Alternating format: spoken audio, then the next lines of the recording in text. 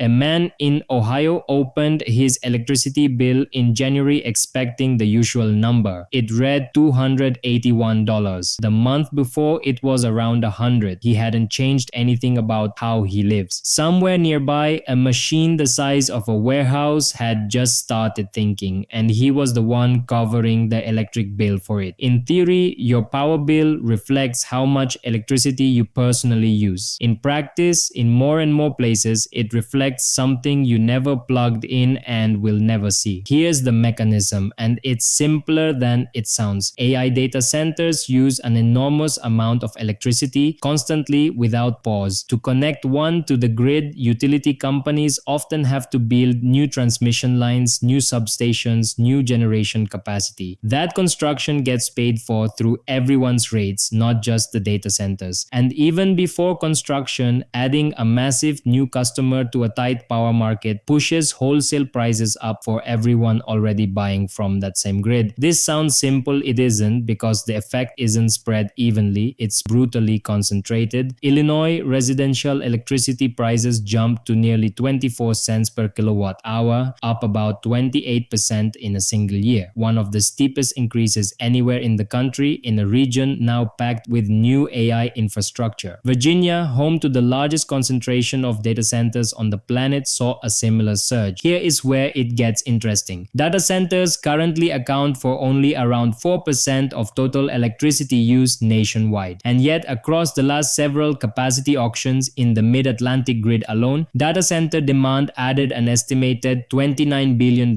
in costs, a tiny slice of total demand driving an outsized slice of the bill. You know the type of story where a company says the cost is somebody else's problem. This is closer to that, except the bill doesn't arrive at their office. It arrives at yours mixed in with your regular usage, with no line item explaining where the extra came from. Not every company is treating this the same way. One AI company publicly committed to covering electricity price increases tied to its own data centers, explicitly acknowledging that connecting new facilities strains local grids and that ratepayers shouldn't be left holding that cost alone. Microsoft has made a similar pledge, promising to cover its own electricity costs and avoid seeking local tax breaks. Whether commitments like these actually hold as build-out accelerates is still an open question, and regulators in more than 30 states are now writing bills specifically to force the issue either way. Some of that skepticism is fair. There's also research complicating the simple version of this story. Looking at data going back to 2015, some economists found that for years, growing data center capacity actually correlated with slightly lower average electricity prices because fixed grid costs got spread across more total usage. The current spike may be less about data centers existing and more about how fast they're being built all at once, faster than the grid infrastructure meant to support them. Some of those new rules require data center operators to commit to long-term power contracts and pay for the capacity they reserve even if they don't end up using all of it, shifting more of the financial risk off ordinary customers. Other states are still deciding whether to act at all, which means your neighbor 2 states over could be paying a wildly different price for the exact same kind of growth. So the next time your bill looks strange, before you assume it's just inflation or a rate hike, it's worth asking a more specific question. Is there a data center going up somewhere near your grid? Remember that man in Ohio staring at a bill nearly 3 times higher than the month before? He never used more power. The grid around him just got a very hungry new neighbor. If stories like this help you actually understand what's showing up on your own bills, hit subscribe, because How Come breaks down one of these every single week.